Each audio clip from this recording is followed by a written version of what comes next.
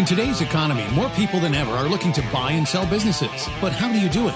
Welcome to the Deal Board, presented by Transworld Business Advisors. Straight talk about real deals and real people.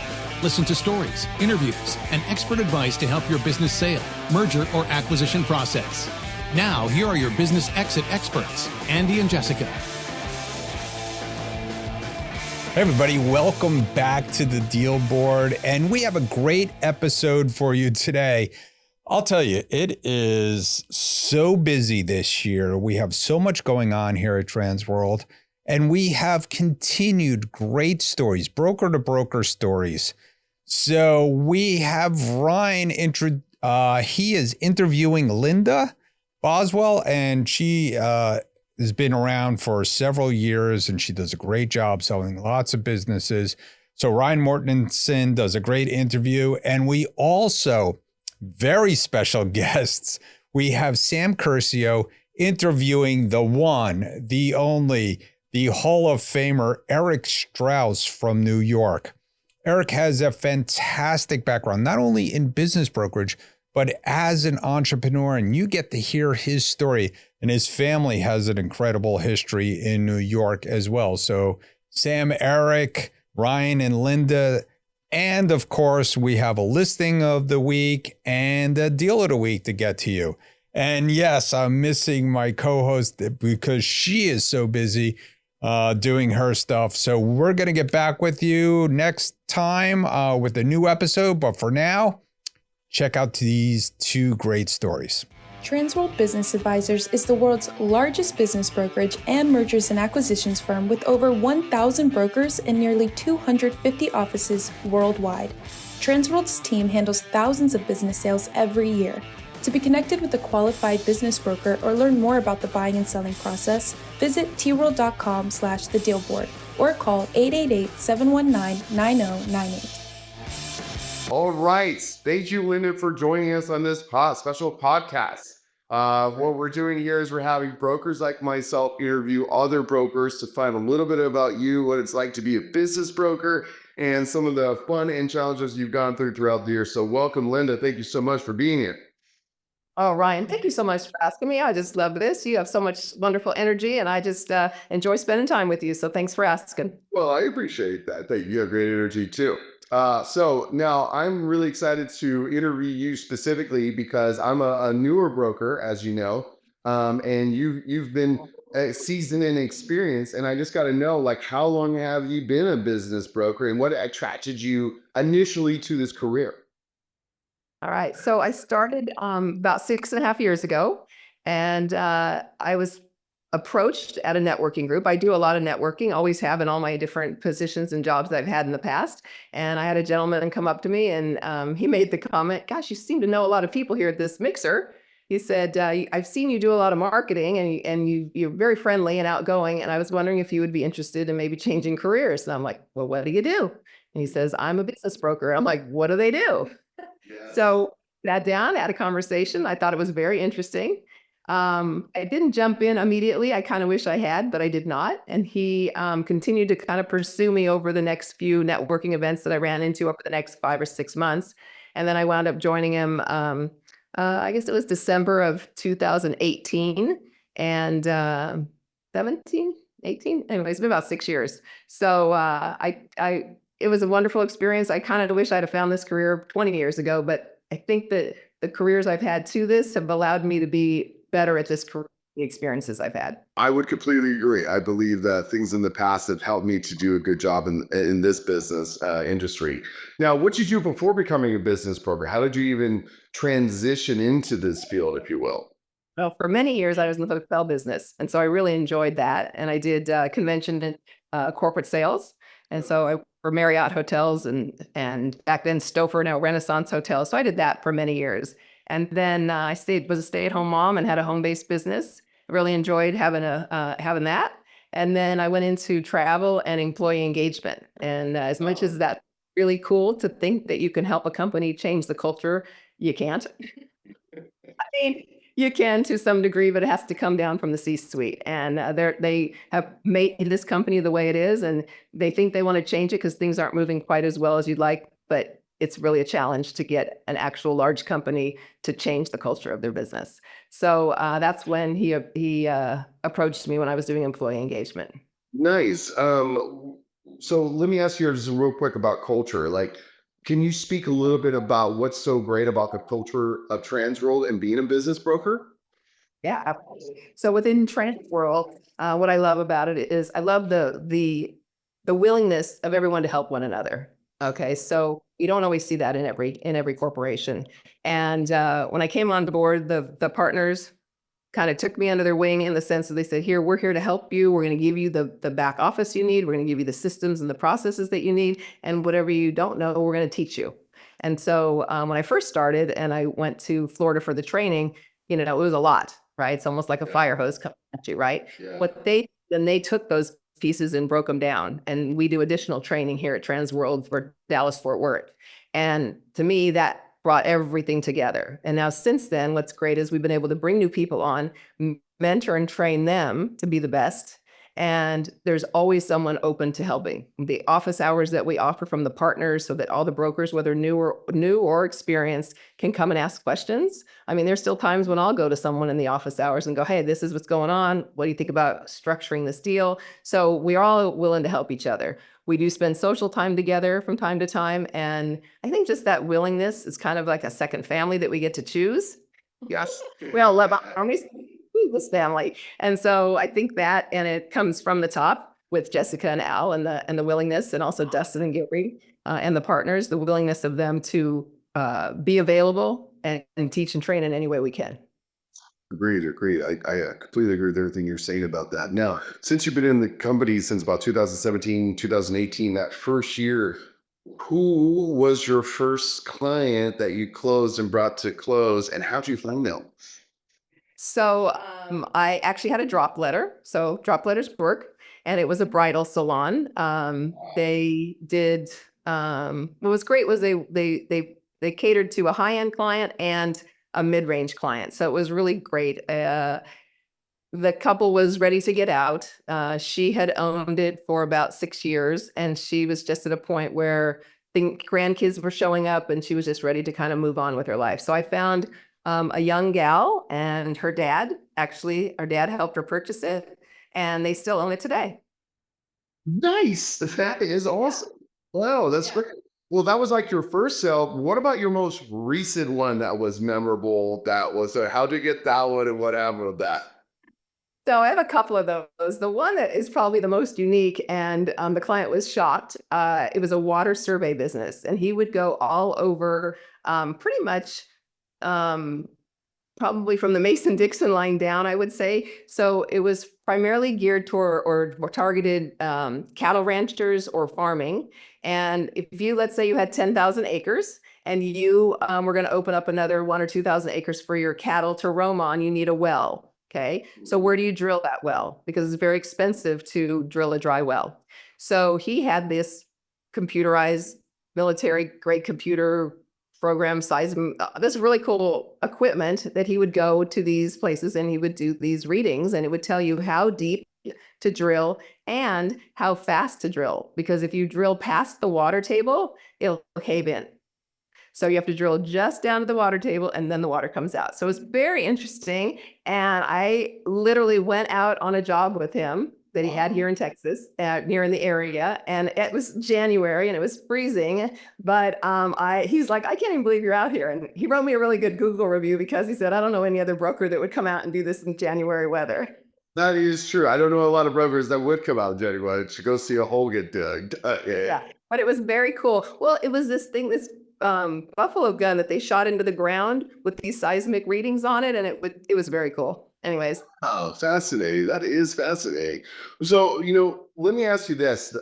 What you did right there kind of set you apart in your client size from other brokers. My question then has to be, what do you think sets a successful business broker apart from the average ones? first of all, that question's been asked for. I always say follow up.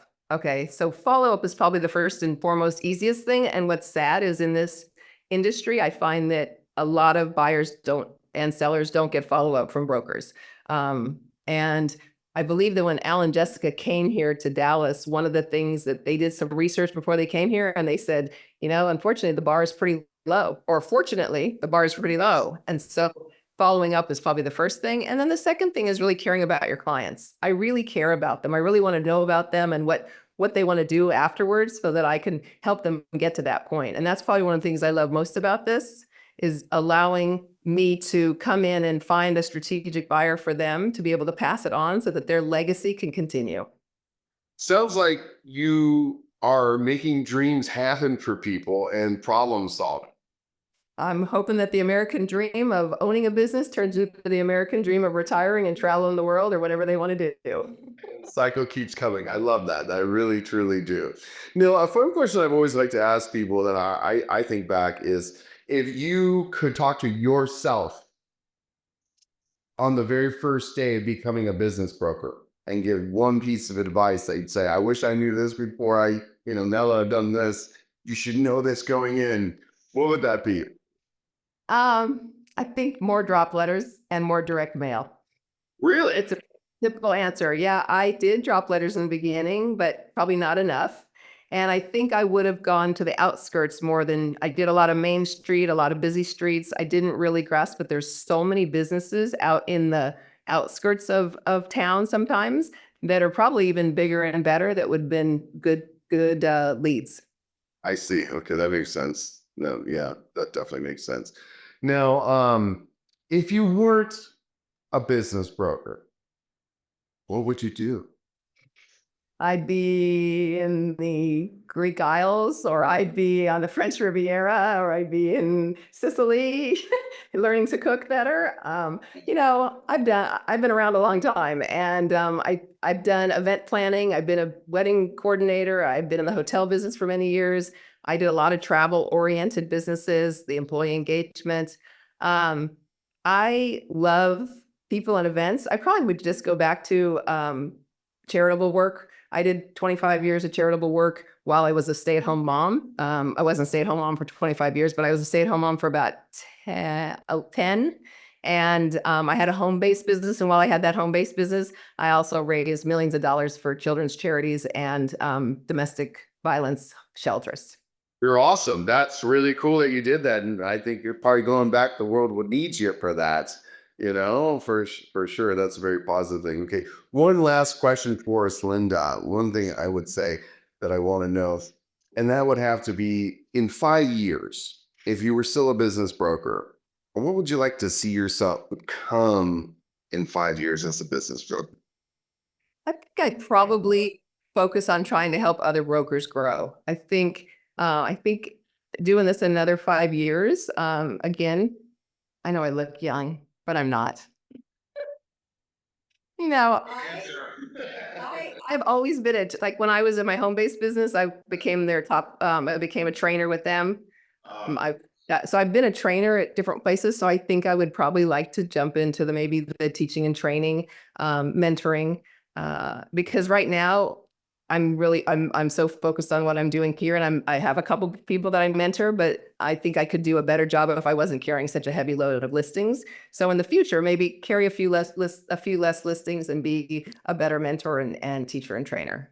Nice. And then this is a new last question, truly, truly the last question. When I think about myself and the skills within myself that make me stand apart at being a really good broker, and what I think about that myself is my ability to have tough skin personally, is because I can take a hit, I can get excited and almost close the deal, lose it, and still keep a good attitude and keep going. For me, when I look for that in other people, or I see that in other people, I go, you should probably be a business broker too. Just because I know that skill set has helped me. My question: what is your special skill that if you saw in someone else, you'd be like, you should be a broker too? I think you need to have a very even temperament, kind of like you say, because it can be an emotional roller coaster. And having an even temperament, and I'm a pretty hyper person in general, but what's really interesting is in this world, I have found that I'm very even keel when I'm dealing with my buyers and my sellers. And when I first started, so even keel that I actually had a seller call one of the boss and say, "Hey, I don't think Linda has any sense of urgency with this business. I don't think she really cares whether it sells or not." And I'm like, "Oh my gosh!" I was like in the side. I'm like, I'm trying to get it done, right? But because they were very emotional sellers, and I had a little bit of an emotional buyer. The husband was more of an emotional buyer than the wife, believe it or not.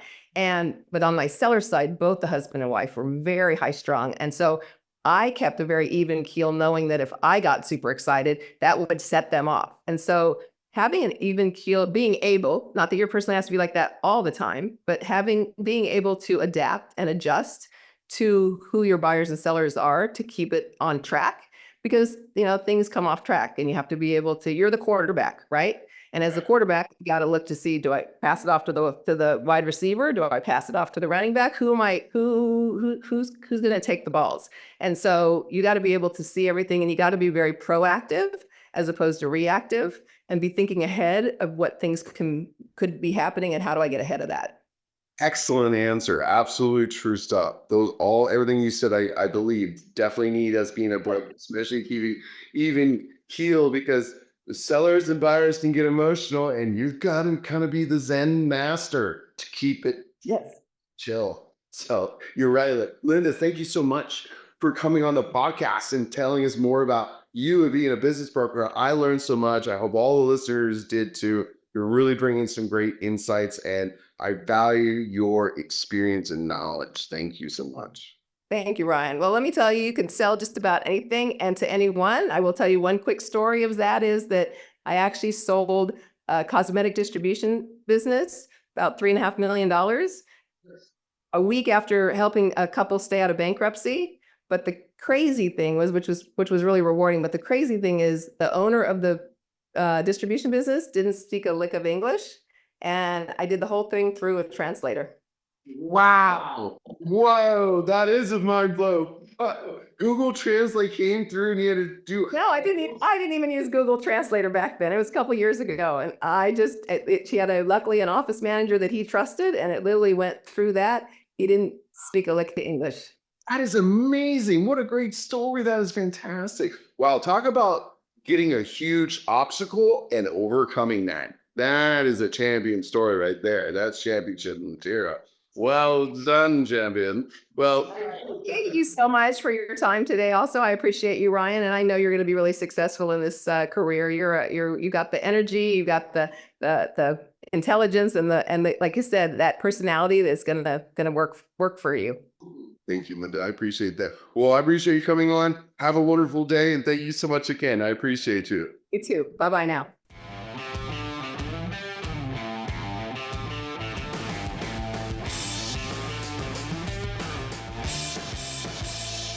Hi, everyone. I'm Sam Curcio from Transworld Business Advisors of New York, and we're here with the head of Transworld New York, Eric Straus. And today we're going to be going through a little bit of his history. So I'm going to do a quick introduction for Eric. Eric is a Yale graduate. He was an investment banker, serial entrepreneur, and multiple business owner. Was a past owner of Straus Media Group, which he built 10 radio stations up in upstate New York, which was acquired by iHeartMedia, which was Clear Channel Communications. He's also the founder of Regional Help Wanted, a business that dominated Help Wanted space before Indeed was around. This was acquired by the PE firm Warburg Pincus. And he was also the founder of Cupid.com, an online dating site, founder of 10localcoupons.com, currently the head of Transworld Business Advisors of New York. And I had the honor of interviewing him today. Eric, thanks so much for being here. Thank you, Sam. That introduction makes me sound old. Thank you. So I've heard you say that you were very good at building and selling companies, but was the only real estate investor in New York that lost money. You've also said that you're the only person in Manhattan to lose money in real estate. I also know that you enjoy skiing, playing tennis. You have some guilty pleasures, including Diet Coke, McDonald's, and a good vodka with seltzer and lime. Oh, very good, Sam. All true. All true. So I'd love to start with kind of your early beginnings. So I know that your dad owned radio stations. And so you and your mom actually founded a group that protected tenants and landlord disputes. You were the youngest of four. And I would love to learn a little bit more about your upbringing and your entrepreneurial journey. Okay, thanks, Sam. So I guess, first of all, my parents were both quite successful. I was born with a silver spoon in my mouth. I know that. But they really instilled entrepreneurship in all of us kids from a very early age. One of my favorite stories is when I'm in, I think, third grade, and my sister's in fourth grade. We're in DC, and we go to sell lemonade on the street corner. And so mom asked me go to the store to buy the lemonade mix with my money, buy the chocolate chip cookie mix with my money. We go home, we'd make the stuff. She helps out with that. And then she says, and now I'm going to register the table and chairs for a quarter. And so she registers the table and chairs. That's the point she wanted to make. Well, it's not about the money you bring in. It's about the money you keep at the end of the day. So from day one, I've learned entrepreneur is about revenues minus expenses equals profit. And it's that bottom line number you need to look at in order to grow a business. That's an amazing story. I think a lot of entrepreneurs have that kind of almost initiation to entrepreneurship. Would you say that that was kind of your spark into getting into entrepreneurship?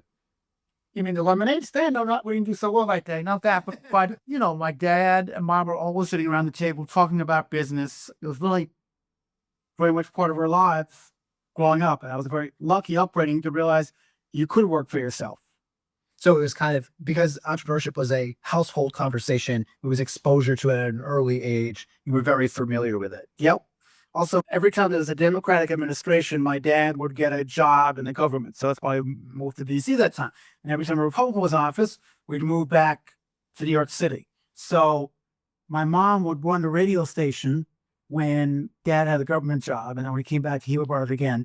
And it was interesting to see how they ran things very differently. He was very focused on top line, but spent money like a drunken sailor. And my mother was much better at cutting expenses, but also maybe not as good at the top line piece. So I got this little learn from both of them. Interesting. And would you say that you always knew that you wanted to run your own business, or was that something that you had decided later on? No, it was never a conscious thing. It was always, I think, the way I was brought up, I was lucky that I realized it was a possibility. But no, when I got out of school, I went to work at a jazz radio station, you know. Did your parents encourage you to get into business for yourself, or was it whatever path you wanted to go, they were there to support you? Much more the latter. Me and my three siblings all really became entrepreneurs. And it's kind of interesting. My parents said to us they would pay for our college, minus $1,000 each year that we had to earn ourselves. My cousin's parents paid their way all the way through. My parents would not pay for postgraduate degrees. And my cousin's parents paid for their postgraduate degrees. It's interesting. All my cousins have postgraduate degrees, and none of us do. Oh, well, we all graduated and just went to work. I went to work. I think that's what I did too. So let's talk about your entrepreneurial journey for a little bit. Getting started in business. So your first business was the radio station, right? Yes. And so getting started in that, you had bought one radio station, correct? Yep. What was the biggest challenge that you faced when you got into that business? Before I bought that station, I was an investment banker in New York doing media mergers and acquisitions deals. And I loved that. I loved doing deals. I did 14 deals in 18 months. It was an amazing experience. And I saw all these sort of idiots getting rich in the media business and realized I wanted to be a rich idiot and had this media background from my parents. So bought this radio station in Ellenville, New York, which is a tiny town of 4,000 people. So I go from being an investment banker in New York, flying all over the country, first class, up in this town of 4,000 people. I remember like the fanciest apartment I could find was $200 a month. And it was quite a switch. This one more story about my mom. I get to work on day one. I bought this radio station. I have this crushing amount of debt. I get to work on day one, and I'm driving into work. And on my radio station, I hear announced the largest employer in town is closing their doors. It is not a good sign for not a good thing for a radio station, right? So that was number one. Number two, I get to work, and the engineer says I have to triple the salary as I walk out the door. I'm like, dude, this is day number one. Can we talk about this in 2 weeks? He's like, no. So obviously I triple the salary. I had no choice. And then the toilet overflowed. That was my first day. So that night, 9 o'clock at night, I'm sitting at my desk. My mind calls me. How'd it go? I'm going day one. I'm like, oh, I'm not going to believe it. The engineer is totally sticking it to me for 3 times the salary.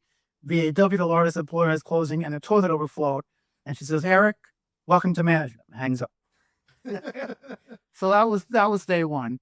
It was a great experience. They were nobody that could sell an ad for more than $1 a spot. And so I was able to sort of improve the programming and raise the rates and get more salespeople. And we grew the revenues pretty dramatically in a pretty short amount of time. And I learned a lot, right? You learn about collections. You learn about sales. My dad told me it's a great lesson. If you don't have a collections problem, you're not selling hard. So I love that. That's a good point, right? That's a great one. So, so learned a lot, and then got an SBA loan and went to buy some more stations up in Catskill, New York, and then more in Hudson, New York, and then Poughkeepsie. So it's sort of had a ring around the Hudson Valley. And so do you feel that you were ready for expansion and that's why you went to get an SBA loan and grow, or were you still nervous about growth at that point? Because I was a little bored when I bought the radio station. I built it. It was doing well. I went from 30% increases a year to 8, 9, 10% increases a year and looked for my next challenge. And the station came up not too far away. So I thought it was a great opportunity to grow. Awesome. And would you say that you had mentioned that you learned a lot. What were some of the kind of mistakes you had made early on? Maybe tripling that guy's salary was a mistake, but what were kind of some early on mistakes that you had made? Disappointing that guy. I tripled his salary. Needless, I found him chief engineer within like 2 months. Imagine. And I told the guy he was fired. He said, "Oh, can we negotiate now?" I'm like, "No, that's not even." Anyway, so I had no choice. What was some of the things I learned early on? Yeah, right. Some of the mistakes that you might have made that you bounced back from. So maybe you undersold spots, or you were selling to the wrong people, or you were selling for too short of a time. And then you figured out and you bounced back from some of those mistakes. I think I kept a bad salesperson too long, who had been there a very long time, who just couldn't conceptualize of selling his spot for more than $1. As much as I tried, okay? I think that was number one. One of the things I learned really is how important financial controls are. And I see this in our business nowadays as business brokers. People are running businesses that don't really have a sense of what the bottom line looks like. Definitely. And especially that month for that bank loan, and they were digging hard into the books. I was so happy that I had, a good read of what our financials really were. Not just the revenues, but it's really every expense line item, and how you can reduce it, how you can get the profit to where it should be. Yeah. And so for someone who now works in business brokerage, helping people buy and sell businesses, also buying a business yourself at a young age and building it up, what would you tell somebody who's thinking about whether they should start a business or they should buy a business, and which route is better for them? So always the buy versus build question, right? One thing I would say for both people, I think this is really true, and all our buyers need to know this, is I think the biggest reason businesses don't make it is they're undercapitalized. Mm-hmm. So whether you're buying a business or starting a business, you have to assume there's not going to be the revenues you think are going to be there early on, right?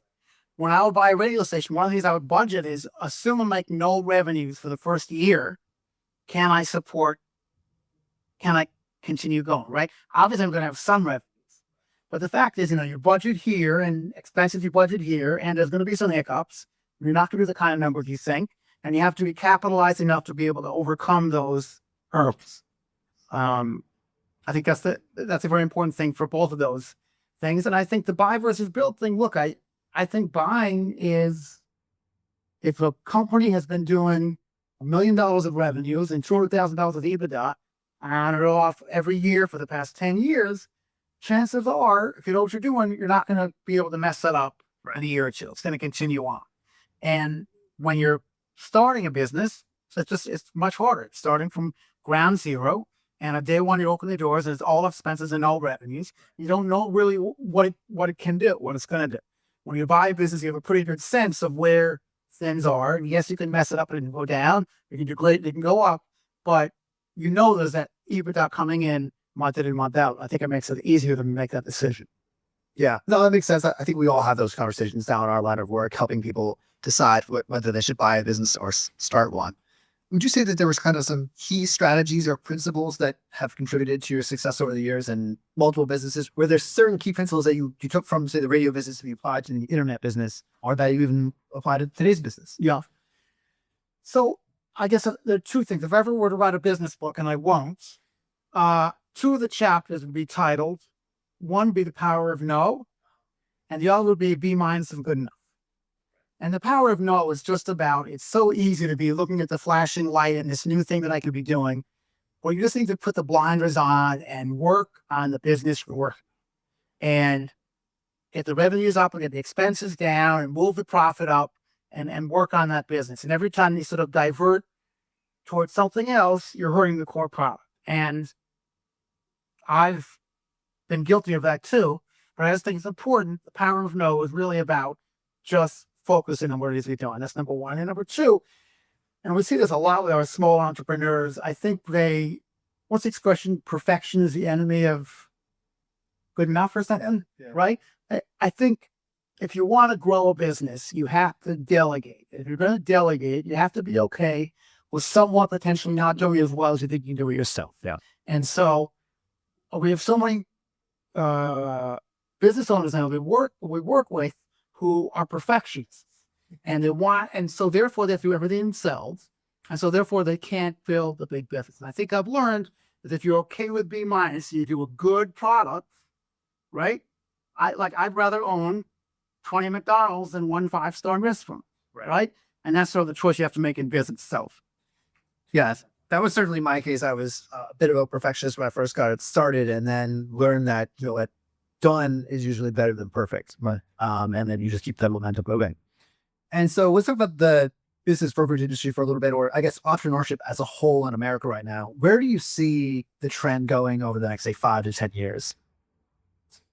Well, they've told us silver tsunami now, right? So people look like me are retiring. I'm not planning to retire not you, son, but people in my age bracket are looking to retire, looking to maybe leave New York. And so I think there's a huge opportunity for anybody in the business brokerage business now, because there's going to be a lot of listings coming on board. I also think there's a whole new entrepreneurial spirit. There's a whole new generation of people who don't like looking for the man. You know, the whole thing about working for 20 years to get the gold watch is really just doesn't exist anymore. And we see a lot of new entrepreneurs out there. So I think it's a great time to be in the deal-making business. Agreed. I can't believe how many late 20-year-old, early 30-year-olds I see that have really good jobs. Maybe they're at Ernst & Young or PwC, and they're thinking about entrepreneurship, which I think is amazing. And I think it is. I mean, entrepreneurship is the lifeblood of America, and I'd love to see it. What advice would you give to some of these aspiring entrepreneurs looking for a business right now? One is to try to get something that turns you on, right? Two is just not being undercapitalized, right? So they get people, if we have $1 million business for sale, they can buy for, let's say, $100,000 down, and the rest of an SBA note. Well, how much do you have in the bank? I have $100,000. Well, that's not going to cut it, right? You need to have the down payment. You need to have a big reserve. You need to have rent deposit for a landlord. So you need to have a lot more money than you think in order to buy a business, right? So if you have $100,000, you shouldn't be buying $1 million business. You should be buying a $400,000 business. So you have extra money left over for when things go wrong, and they would. Yeah, I find myself educating a lot of buyers about that exact point, right? I mean, this exact conversation I had probably 2 days ago with somebody who was young and looking to buy a business. I also advised them that you would probably be better figuring out entrepreneurship on a $200,000 or $300,000 business than $1 million or $200 million business. One other thing I also want to say, we get calls all the time. People say, I have a little bit of money and I want to buy an absentee run business. I really think that's the fallacy, right? If you're going to buy a business, especially a small business, you can't afford to hire $100,000, $100,000 managers. Yeah. You're going to have to work in the business, not 8 hours a day, but 16 hours a day. And I think so. The whole concept of an absentee run business is really pretty much a misnomer. And when you were evaluating business, or if you were giving advice to somebody who's evaluating business, is the margin in that business the most important? Is it the top line revenue? Is it the employees in that business? Like what should a buyer be really either focusing on? Is it everything? I mean, it could be everything, but what's really should they be focusing on when they're evaluating that business for purchase? Well, there's some big risk takers and there's some conservative people, right? There's some home run hitters and there's some singles players. I've always considered myself a singles player. I go for the ability to get hits more often, get on base more often, not strike out so much, right? And so I'm a fan of a business that if it did, whatever, 5 million revenues last year and $1 million in EBITDA last year, I'm confident I continue to do that year after year after year. I'm not going to go for something that I think can get from $1 to $100 million over the next 5 years, right? So I'm looking for a business that's consistent, that I can grow over time, because that comes with much less downside. Awesome. And is there something that you wish someone had told you before you got started on your entrepreneurial journey? I think I was lucky enough to be told this, which is you better be ready to work your ass off, right? Like, it's not easy. It's easy to do a 9-to-5 job. You get a paycheck every 2 weeks. You better be ready to really hunker down. And, I remember my first day working out, throwing up before I got to work, right? And just being nervous and being stressed and having these responsibilities that don't go away at 5 o'clock when you go home, right? Now, there are great joys that come along with it too when you have a success, but it's stressful, it's tiring, it's a lot of work. Yep. So I think we covered a lot today. Is there any final thoughts that you want to leave either people looking to be an entrepreneur, thinking about joining the entrepreneurial journey, that they should be considering or thinking about? Well, there's nothing more fun than working for yourself. Or let me say it differently. When I sold Regional Help Wanted to work with Pecos, they required me to stay on, paid me a lot of money for 2 years. What I learned was I'm not a very good employee. It is so much more fun to work for yourself, right? There are a lot of challenges, but it really is a joy to figure out what you have to figure out and to be, at the end of the day, to be the boss and be decision maker. So I think it's a great path to go down if you're ready to work and you have a capital structure in place, you can weather the hard times. Awesome. Well, Eric, thank you so much for taking the time today to sit down with me and go over your entrepreneurial journey. And I'm excited to see where you go next. Thanks, Sam. Appreciate the time. Hey, Andy, do you know what time it is? It's time for our deal of the week. Deal of the week. Sold. Hey, good afternoon, everybody. Mike Shea here with another great baby boomer business that we were able to transact just at the tail end of last year. This was a retail store and interior design practice down on the Gold Coast of Florida. It had been around for 10 years. This seller was moving into retirement, wanted to spend time with the grandchildren, and had really done a fantastic job in terms of building value, building a brand, solid books and records, and building redundancy in her management staff so that someone other than a interior designer could buy the practice. And that indeed is what happened. We had another broker in our office bring a buyer. That buyer had bought multiple other businesses from us and did some stacking. They were in the cabinet business, and they saw an opportunity to buy on the front end and refer work back and forth between the two businesses. Did an SBA loan on this one. This business sold for $1.6 million and had really solid cash flows north of $500,000. Clean, sweet deal, really good deal for good people. If you ever have a business like this, something in the interior design space, I've found a special niche, lots of attractive buyers out there looking for these types of businesses. So give me a call, 321-287-0349, or email me at mike@tworld.com. Hey, Jessica, you know what time it is? Money time? Almost. It's time for listing of the week. Welcome back, everybody. It is listing of the week, and I have the Addison Golden with me from Transworld Business Advisors of Fort Lauderdale, and we have a great listing for you today. Addison, welcome. Thank you, Andy. Really appreciate you having me on. Oh, always. So, and Addison's a go-getter. He's out there in the community getting deals done. And so, Addison, what deal do you have for us today? So, wanted to bring something that really just makes sense. Have a seller that's really looking to get this going quickly. Is a beauty salon in North Broward County. She Nice. just had a killer 2024, made about $188,000 to her pocket. Nice. We're only asking $306,000, and she's offering really good seller financing options. They do everything from nails, tattoos, hair, everything in between, and truly a really good opportunity to get into. It sounds like a nice business. Is she cutting hair herself, or? Very little. They have a whole team. They do most of the work. She's kind of overseeing her and her husband, and besides that, most of the work's being done by the employees. And it's a nice build out and everything? Great build out. It was built out 3 years ago, and they've been going hard since they opened. Okay. Why they sell? ready to move on. Having some family things go on, and just looking for a nice quick exit. So there's a good excuse to sell. It's got a great seller financing. Could be a quick deal for somebody, right? Definitely. If anyone cutting hair or just wants a great salon to operate, this is the opportunity. Wow. Sounds like a good one. So Addison, what's the best way to get in touch with you? Give me a call at 561-633-9113, or go on to Transworld's website, search up my name, and you can find all my listings there. Excellent. Addison, thanks for coming in today. Thank you, Andy. Thanks for tuning into the show today. If you like the podcast, share it with your friends on social media. And don't forget to subscribe and leave us a review on your favorite podcasting app. If you have questions, would like to appear, or have suggestions for topics for the show, get in contact with us through our website, thedealboardpodcast.com.